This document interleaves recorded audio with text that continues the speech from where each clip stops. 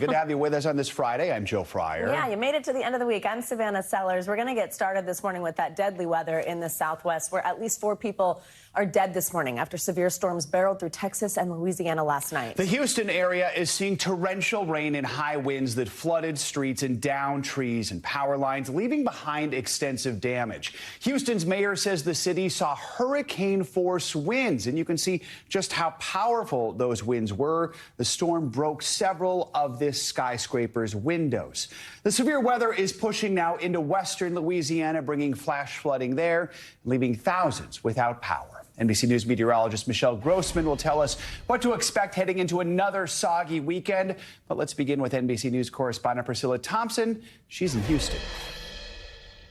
Yeah, some scary moments overnight for many folks in the Houston area and throughout Southeast Texas. We're in downtown Houston right now, parts of which look like a disaster zone this morning. I want to step out of the way real quick and give you a look at this building. As you can see, the entire side facade has just come crumbling down, openly exposed there, and that is as a result of those severe thunderstorms that rolled through last night, which brought high winds and rain. We're seeing a lot of downed branches and trees throughout the area, and also power is out across the Houston area for more than 700,000 people. So these are some of the impacts that we're seeing, and there are 4 people who tragically lost their lives as a result of this storm, officials are saying. Meanwhile, you have residents in these hard-hit communities throughout the area that have been getting relentless rain over the past several weeks, some of which were still flooded from the rain that they saw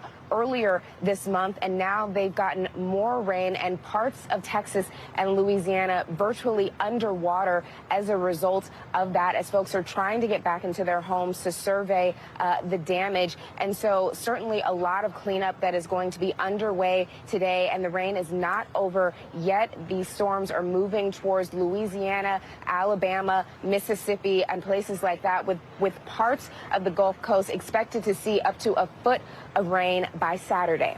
Back to you. All right, Priscilla, thank you. For more info on these severe storms, let's get a check of your morning news now weather forecast. Michelle Grossman joins us. Michelle, good morning. Hey there, guys. Great to see you. And where Priscilla is, one of the bigger stories, too, will be little showers and storms as we go throughout the day, but also a bigger story, the temperatures. By tomorrow, we're going to be into the 90s.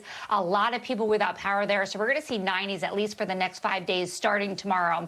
And then we're concerned, as Priscilla mentioned, about the flood alerts really stretching across the central Gulf states. So now we're talking Louisiana, Alabama. We're still talking about Mississippi and also eastern Texas. 8 million people under flood alerts. This is through Saturday, by the way, because these are slow-moving systems. We're going to see rounds of showers and storms. It has a ton of moisture with them. So we're seeing that heavy rain this morning. We've been watching it all morning long, all night long. You can see those bands of heavy rain where you see those darker colors. That's where we're seeing the heaviest rain. And we're seeing the storms, too. You can see some lightning flashes showing up on radar here.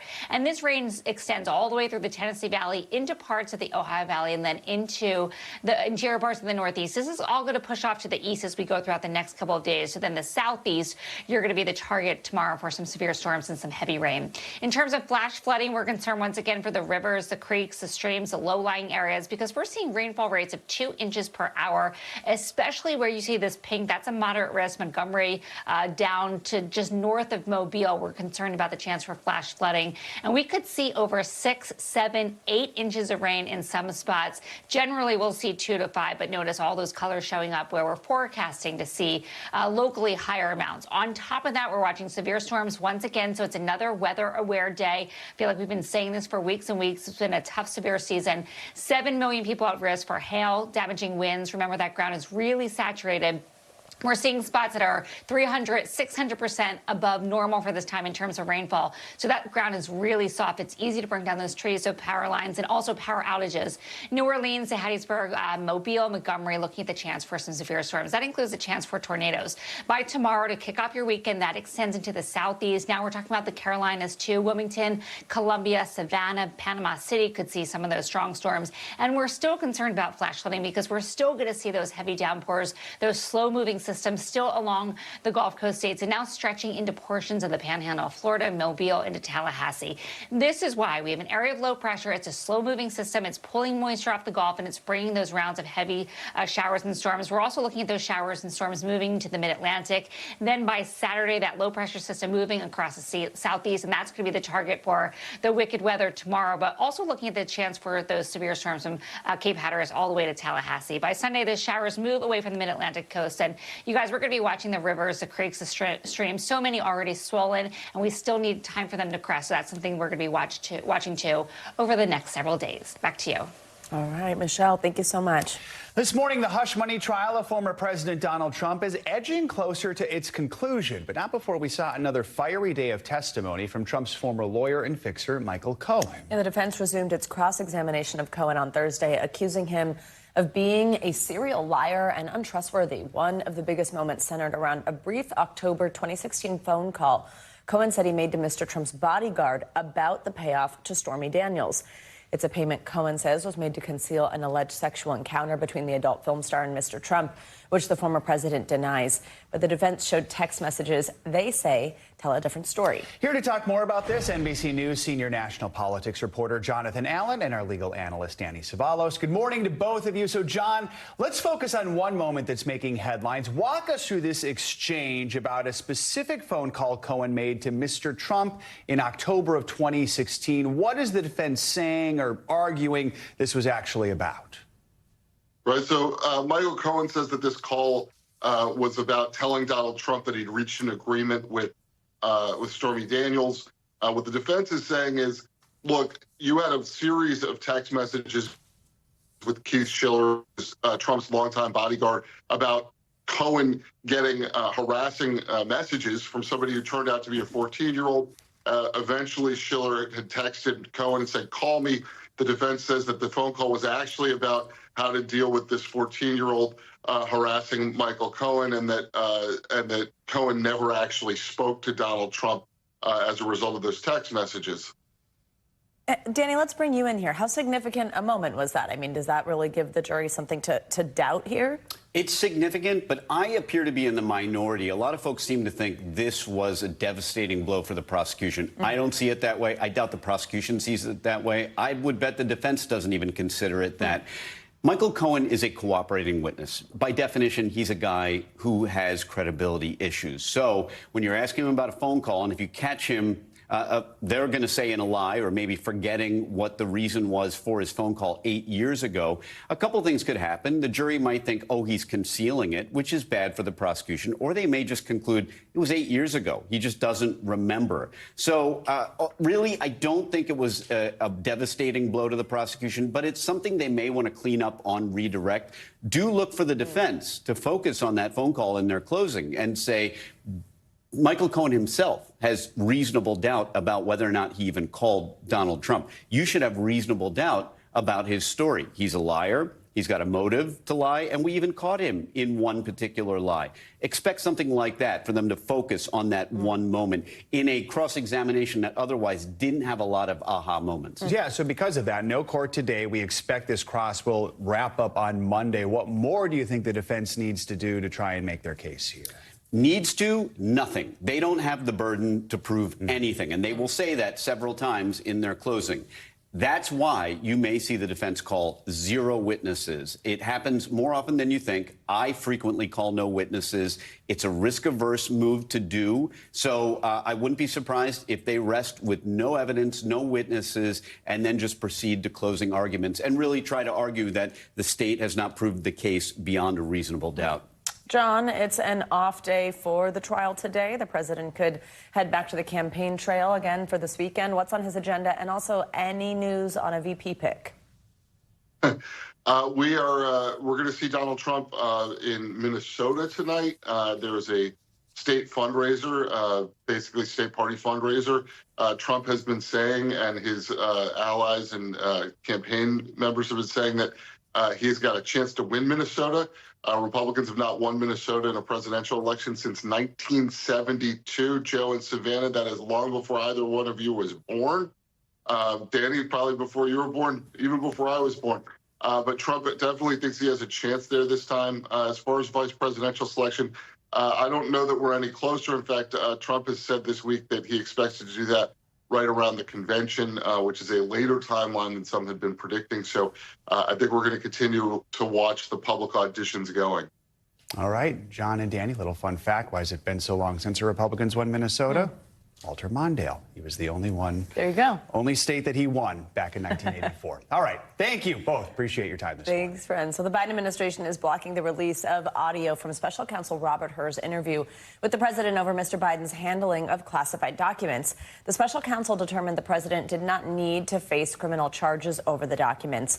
In Hur's written report explaining his decision, he referred to the president as a, quote, elderly man with a poor memory. That provoked an angry response from Democrats. The full transcripts of their interview that led to Hur's conclusion were released in March, but the audio has not been released, which could paint a different picture. But now 2 Republican-led committees are paving the way for a full House vote. It would hold Attorney General Merrick Garland in contempt for refusing to hand over the recordings. NBC News congressional correspondent Julie Sirkin joins us on this now. Julie, good morning. So President Biden had cited executive privilege over the recordings, but tell us, why is the House moving forward with this now, and how did we get to this point?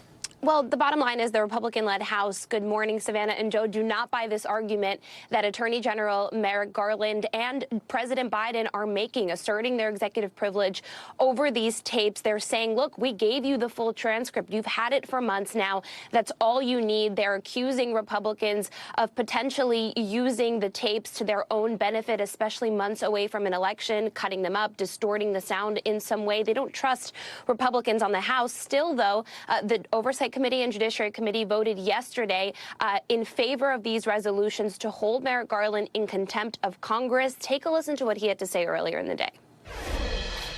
Now, there have been a series of unprecedented and, frankly, unfounded attacks on the Justice Department.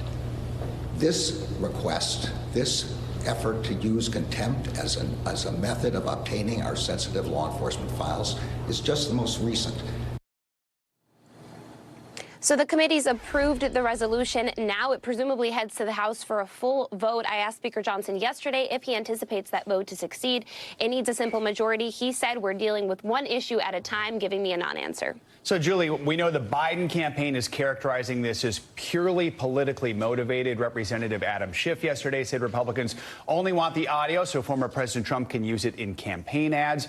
We should note several news organizations, including NBC News, filed a joint lawsuit trying to get these recordings under the Freedom of Information Act. So what are the arguments we're hearing from both sides of the aisle here?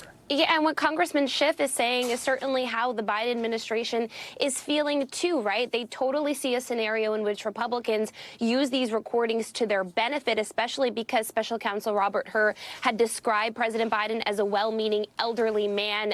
Jim Jordan, for example, in the opening of the Judiciary Committee hearing yesterday morning, had said that they don't trust that the Biden administration, that the Department of Justice didn't alter the transcripts. Obviously, we have no reason to believe that they did. But when you look at the arguments in favor and against, of course, as you mentioned, NBC News among the news organizations that want these tapes out to the public. Certainly it is in public's interest, especially that we're close to an election and President Biden wants a second term, to see and hear these tapes in full. That being said, it is a completely separate effort from what Republicans are pursuing here on Capitol Hill. That effort can be labeled, of course, as political when you talk to Democrats and you talk to lawmakers on the committees yesterday that were haggling over this back and forth. So certainly a lot of arguments in favor, a lot against, but you can't deny that politics has a lot to do with this.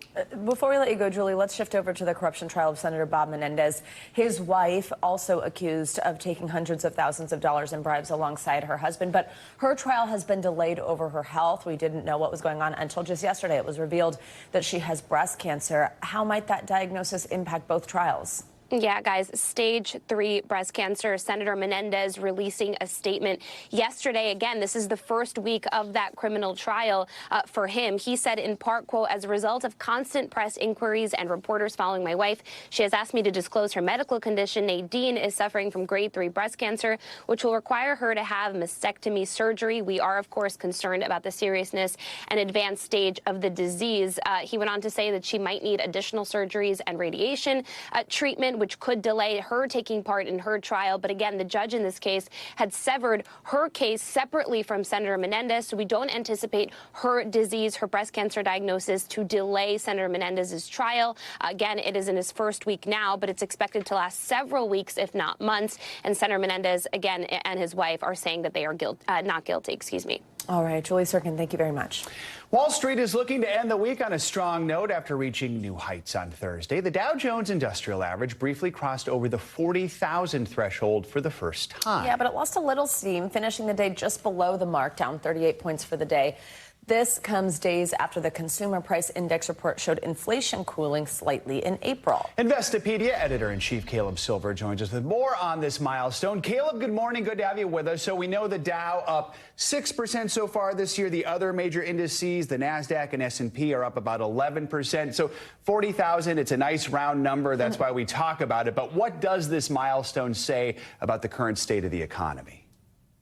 Well, it's a bifurcated economy, and it's a great time to be a shareholder. And we love these big round numbers on Wall Street, and investors like to see charts that go up and to the right. We've seen that across the stock market right now. But as you know, and as we keep saying, the stock market and the economy, not the same thing. Sometimes they show up at the same party. Right now, the stock market is anticipating the economy is getting into a better place right now, more Goldilocks, right? A slowing labor market. That's actually good news because a hot labor market drives up inflation, and cooling inflation, that's where we need to be right now, and corporate profits are looking good. So investors are looking into the future, and they like what they see, which is why we're at these new record highs yet again. Yeah, so how much, Caleb, did that inflation report play in here, the fact that it did cool a little bit? Is that renewing investors' hopes for a potential soft landing? Yeah, that's that soft landing we've been talking about, a cooling labor market and cooling prices. Now, prices are not going down. We're not having deflation or even disinflation. We're just having a slower rate of growth for prices. Prices are going to be up for a while. That said, corporate profits, which is what investors care about, they're getting better and better, and they look like they're going to get better towards the end of the year when the Federal Reserve might cut interest rates to jumpstart the economy again. All of that is a good recipe for higher stock prices. That's why we've seen this rally coming out of April where we didn't know which direction the economy was going. Now we have a better picture. When we can't see the future, it's like kryptonite, but now we can. So the stock market at or near record highs, the economy and the real feel of the economy on the ground, consumers not feeling that great because of these high prices. So Caleb, you're a numbers guy. I'll read some more numbers here. First quarter of this year, about 3/4 of all firms beat earnings estimates. 401k retirement accounts up 17% from March of 2023 to March of this year. Are these indicators of where the economy is headed as we head into the halfway point of this year? I mean, what is it you're looking forward to moving forward?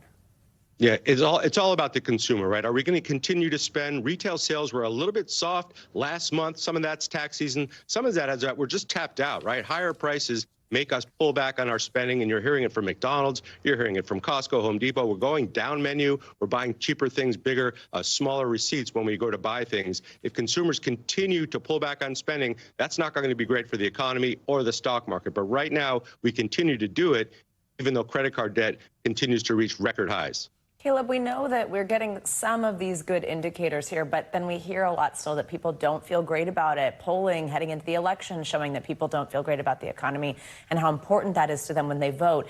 Is crossing a milestone like this, getting this good news about the Dow Jones, could that turn that attitude around?